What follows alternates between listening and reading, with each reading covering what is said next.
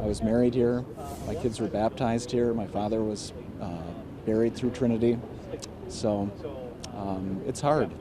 3 years ago, a church that meant so much to so many people in Milwaukee, devastated by fire.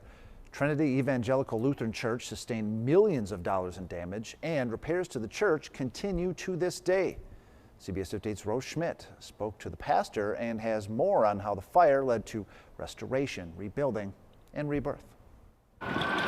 It was a day that I think most in Milwaukee will remember. At 9th and Highland, the iconic Cream City brick building up in flames is now etched in Milwaukee memories. This church has been such a focal point of our history. It's stood on this corner since 1878. On May 15, 2018, tragedy struck Trinity Evangelical Lutheran Church. The fire destroyed the roof, lower steeple, and much of the sanctuary inside. The numbers of people that have been baptized here are in the thousands. Reverend M. Douglas Peters became the pastor a year and a half later.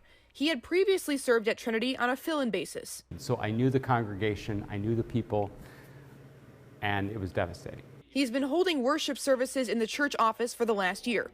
He calls the journey unique. We've been to MATC and worshiped. We've been at Krause Funeral Home and worshiped. Now we've been here at our, as I call it, the Holy Hallway. The church is still putting final touches on the basement area, but they plan to move their worship services to this space on June 13th.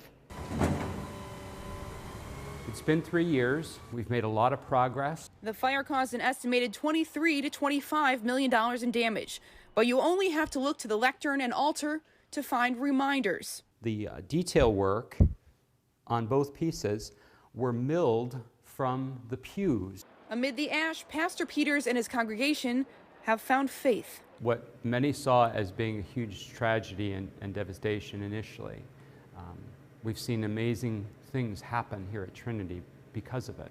The insurance settlement won't cover the total cost of the restoration, but as the saying goes, the church is the people. Stained glass windows, those will be something that people could contribute.